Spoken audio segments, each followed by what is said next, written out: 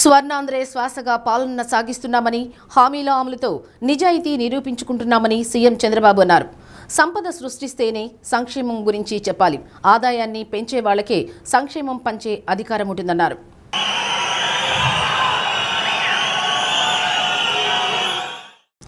రాష్ట్రంలో కూటమి ప్రభుత్వం ఏర్పడి 2 ఏళ్లు పూర్తయిన సందర్భంగా 2 ఏళ్ల నమ్మకం, అభివృద్ధి, సంక్షేమం పేరుతో తిరుపతి సమీపంలోని దామినేడ్లో ఏర్పాటు చేసిన బహిరంగ సభలో CM Chandrababu, deputy CM Pawan Kalyan, కేంద్ర మంత్రులు రామ్మోహన్ నాయుడు, పెమ్మసాని చంద్రశేఖర్, మంత్రి లోకేష్, బీజేపీ రాష్ట్ర అధ్యక్షుడు మాధవ్, కూటమి నేతలు, ఎంపీలు, ఎమ్మెల్యేలు ప్రసంగించారు. దేశంలో ఎక్కడా లేని విధంగా రాష్ట్రంలో సంక్షేమ కార్యక్రమాలు అమలు చేస్తున్నామని సీఎం చంద్రబాబు చెప్పారు. అన్ని తాకట్టు పెట్టే వాళ్లకు రాష్ట్రం గురించి మాట్లాడే అర్హత లేదని స్పష్టం చేశారు. గత ప్రభుత్వంలో తహసీల్దార్ కార్యాలయం, ఆసుపత్రులను కూడా తాకట్టు పెట్టారని గుర్తు చేశారు. నా రాజకీయ ప్రయాణం తిరుపతిలోనే మొదలుపెట్టా. ఇదే రోజున 4వసారి ముఖ్యమంత్రిగా ప్రమాణ స్వీకారం చేశా. 2 ఏళ్లయింది.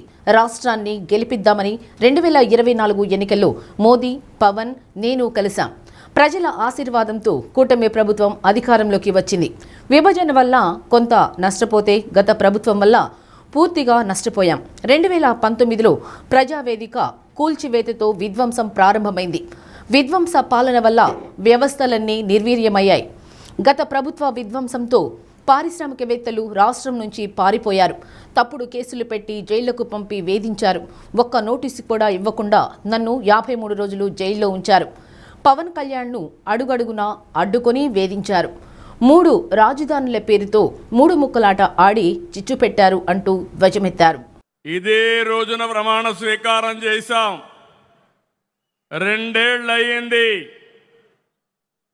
అయితే ఈరోజు మీరు చూస్తే 2024 ఎన్నికల్లో మోడీ గారు, పవన్ కళ్యాణ్ గారు, నేను కలిసి రాష్ట్రాన్ని గెలిపిద్దాం, ప్రజాస్వామ్యాన్ని కాపాడదామని మిమ్మల్ని కోరాను.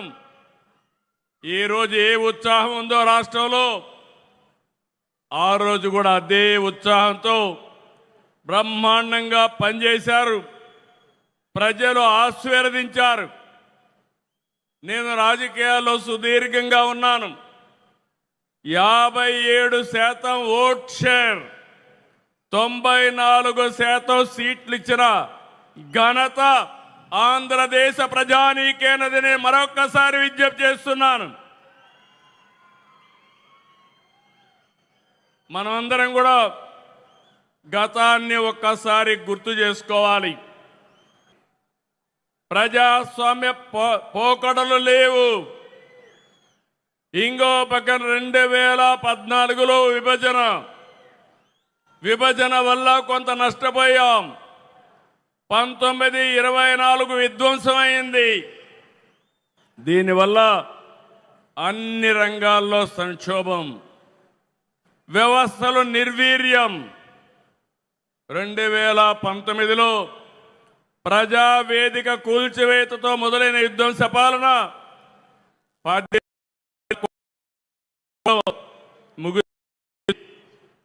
అప్పులు, అరాచకాలు, ఆర్థిక విధ్వంసం, కూల్చివేతలతో కడకు రాష్ట్రాన్ని విధ్వంసం చేశారు. అవునా కాదా అని మిమ్మల్ని అడుగుతున్నారు. నరేంద్ర మోడీ గారు అభివృద్ధి, సంక్షేమం, సుపరిపాలన మనకు అందిస్తే ఈ 5 సంవత్సరాలు దాన్ని అందిపుచ్చుకోకుండా కడాన మీరు చూస్తే కేంద్ర పథకాలను పక్కన పడేశారు. సాగునీటి ప్రాజెక్టులను పాడుపెట్టారు. ఎంత దారుణం అంటే ఇన్వెస్టర్స్ని వేధించి వెంటాడి తరిమేశారు. యువత భవిష్యత్తు పైన దెబ్బకొట్టారు. ఆ రోజు కేంద్రం ఇంటింటికి ట్యాప్ వాటర్ ఇవ్వాలని 27,000 కోట్ల రూపాయలు ప్రాజెక్టు శాంక్షన్ చేస్తే 40% గ్రాంట్ ఇస్తే దాన్ని కూడా ఉపయోగించుకోలేదు. దీంతో కేంద్రం అన్ని పథకాలు నిలిపేసింది. అలాంటి చీకటి పాలన నుంచి మీ అందరినీ చూశాం. 3 పార్టీలు పోరాడాం, విడివిడిగా పోరాడాం. ఆ రోజు పోరాడితే మన వాళ్ళందరిపైన ఎక్కడికక్కడ కేసులు పెట్టారు, కొంతమందిని అందరినీ జైల్లో పెట్టారు. ఈ మీటింగ్లో నేను చూస్తున్నాను, ఎంతో మంది బాధితులు ఉన్నారు, అరాచకాలు జరిగాయి. ఆ చీకటి పాలనను తీల్చుకొని ఈరోజు మనందరం కూడా ప్రజాపాలన వచ్చింది. ఆ రోజు నన్నే కాదు, కడాన మీరు చూస్తే ఇంత అనుభవం ఉండే నన్ను ఒక్క నోటీస్ ఇవ్వకుండా జైల్లో 53 రోజులు పెట్టారు. అదే మరి పవన్ కళ్యాణ్ గారిని అడుగడుగునా హెరాస్ చేశారు. అవునా కాదా గుర్తు తెచ్చుకోమని మరొకసారి